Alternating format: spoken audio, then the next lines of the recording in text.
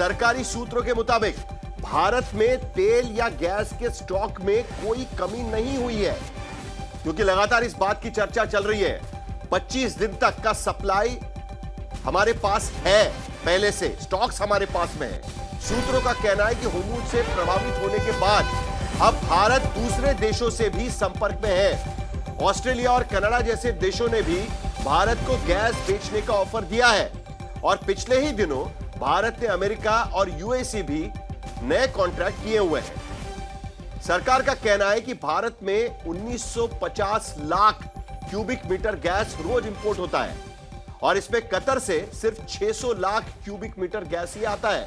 सरकारी सूत्रों के मुताबिक सप्ताह में 2 बार सरकार इस पूरे सिचुएशन का रिव्यू भी कर रही है। दरअसल ईरान की जंग को लेकर भारत में आज 2 बड़ी चिंता है और ये चिंताएं काफी अहम है।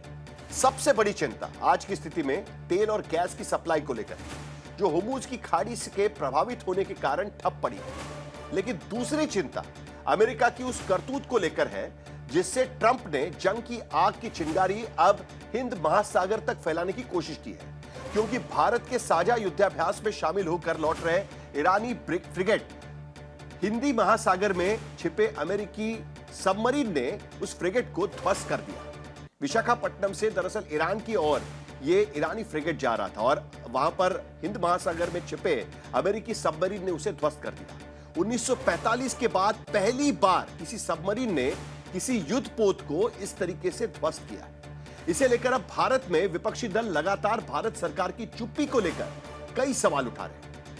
नेता विपक्ष राहुल गांधी से लेकर अखिलेश यादव तक यह सवाल उठा रहे हैं कि आखिर भारत के करीबी ईरानी फ्रिगेट को डुबोने की अमेरिकी हिमाकत क्या भारत की संप्रभु विदेश नीति को चुनौती नहीं है, क्योंकि भारत ने अब तक इस पर कोई प्रतिक्रिया नहीं दी। लेकिन अगर है तो भारत सरकार ने अमेरिका की इस करतूत पर कोई सख्त ऐतराज क्यों नहीं उठाया हुआ है, क्योंकि आखिरकार यह ईरानी फ्रिगेट भारत में एक मेहमान बनकर आया हुआ था और साझा युद्धाभ्यास में विशाखापट्टनम में शामिल था। तो ईरान की जंग को लेकर यह 2 बड़े राजनीतिक सवाल है कि जिस पर आज के दंगल में हम चर्चा करेंगे। लेकिन पहले यह रिपोर्ट देख लेते हैं। ये जंग भी थमती नहीं दिख रही। जंग में 3 मुल्क हैं, तीनों आर पार को आमादा। अमेरिका कहता है 100 दिन चलेगा, ईरान कहता है आखिरी दम तक लड़ेगा, इजराइल का कहना ही क्या। जंग की चिंगारी खाड़ी से आगे उत्तर में अजरबैजान और पूरब में हिंद महासागर तक पहुंच चुकी है। उधर अमेरिकी सीनेट है कि ट्रंप को ईरान पर फ्री हैंड जाने की हरी झंडी दे रहा है। ऐसे में आशंका ये बढ़ गई है कि ईरान जंग में हॉर्मुज की खाड़ी से तेल गैस की सप्लाई फिलहाल तो सुचारू नहीं हो सकती, क्योंकि ब्लूमबर्ग के डेटा की माने तो 28 फरवरी को हॉर्मुज से कुल 44 जहाज बाहर जा रहे थे। इसमें 24 तेल टैंकर और 6 गैस टैंकर थे। जंग छिड़ी तो 1 मार्च को कुल 13 जहाज निकले, जिसमें सिर्फ 4 तेल टैंकर और 1 गैस टैंकर था। फिर 2 मार्च के बाद हॉर्मुज से कोई तेल टैंकर या गैस टैंकर नहीं निकला। 3 मार्च को सिर्फ 1 तेल टैंकर निकला, क्योंकि एक तो फारस की खाड़ी से हॉर्मुज की खाड़ी तक और ओमान की खाड़ी से दक्षिण में अदन की खाड़ी और लाल सागर तक समंदर में कोई जहाज महफूज नहीं लग रहा। कहीं अमेरिकी तो कहीं ईरानी मिसाइलों का खतरा है। ऐसे में इस जंग का असर हॉर्मुज के रास्ते पूरी दुनिया तक पहुंच रहा है, क्योंकि हॉर्मुज के प्रभावित होने से पूरी दुनिया के 20% कच्चे तेल की सप्लाई प्रभावित हुई है और उसमें भारत की 50% सप्लाई प्रभावित है, क्योंकि भारत अपनी जरूरत का करीब 88% कच्चा तेल आयात करता है, जिसमें करीब 50 लाख बैरल तेल रोज लेता है। इसमें भारत का 50% कच्चा तेल हॉर्मुज से ही आता है, यानी 25 लाख बैरल रोज, जिसमें 85% तक रुकावट आई है। इस हिसाब से अनुमान है कि भारत को 20 लाख बैरल रोज कम तेल मिल रहा है। और सूत्र बता रहे हैं कि भारत में इसका असर दिखने लगा है और मैंगलोर रिफाइनरी की एक यूनिट को बंद करना पड़ा है।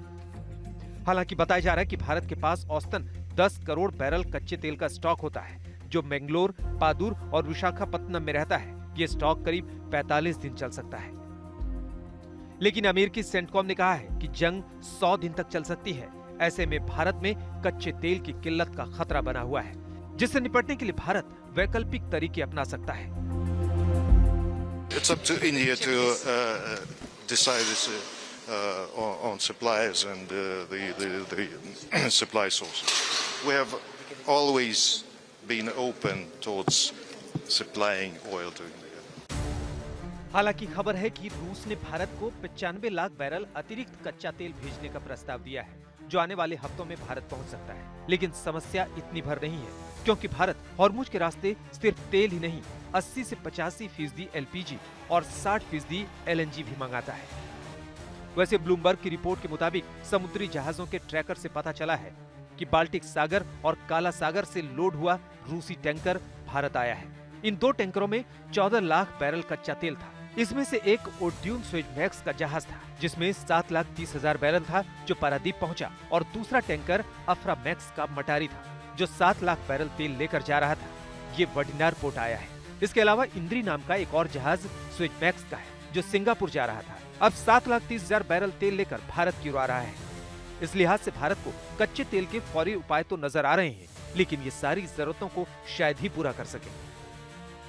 उधर ईरान युद्ध छेड़कर यूरोप को ऊर्जा संकट में फंसाने वाले ट्रंप ने यूरोप को अमेरिकी और वेनेजुएला के तेल पर निर्भरता बढ़ा दी है। इसे देखकर पुतिन ने भी आंखें तरेरी हैं। पुतिन ने कहा है कि ईरान संकट जारी रहा तो रूस यूरोप को गैस सप्लाई रोक सकता है। ऐसा हुआ तो जंग के खिलाफ यूरोप का दबाव अमेरिका पर और बढ़ सकता है। हालांकि नेटो चीफ ने कहा है कि ईरान की जंग में नेटो शामिल तो नहीं है, लेकिन यूरोप के कई देश अमेरिका की मदद कर रहे हैं। आज तक ब्यूरो।